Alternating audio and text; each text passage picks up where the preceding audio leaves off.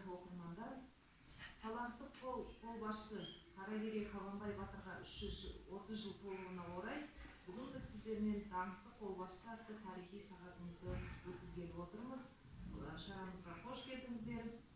Бұндағы біздің негізгі мақсатымыз Қаракерей Қабанбай батыр бабамызды өмірі жайлы мағлұмат беру сіздерге, және білімді болуға, отансүйгіштікке және отансүйгіштік рухта тәрбиелеуге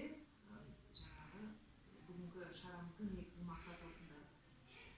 Қаракерей Қабанбай 1692 жылы қазіргі Шығыс Қазақстан облысының Үржар ауданындағы Барлық тауында өмірге келген екен.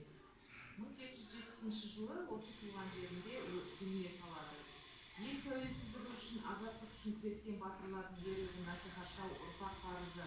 Қаракерей Қабанбай батыр есімі ғасырдан ғасырға жалғасар. Қазақ тарихында айтулы да тұғырлы тұлғалардың бірі де бірегейі екені сөзсіз.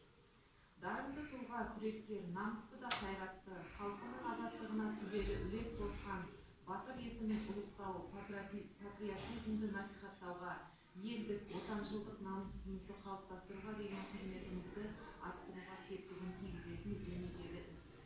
Қаракерей Қабанбай дарабоз қазақ батыры, азат шақырып қойған аты Ерасыл. 18 ғасырда жоңғар басқыншыларына қарсы күрестің бел ортасында жүрген қолбасшылардың бірі.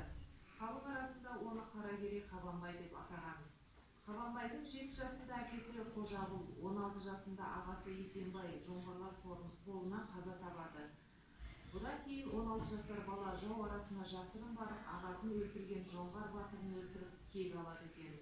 Осыдан кейін ол 5-6 жыл Зайсандағы Керейшіне кетіп, әпкесі Меруерт пен жездесі Бердәулеттің қолында болады. Осында жүріп, жылқыларға шапқан жабайы қабандарды жайратып, ол Қабан батыр атанады екен. 1717 жылы Аягөз шайқасында ерекше көзге түсіп, Қабанбай батыр атанады.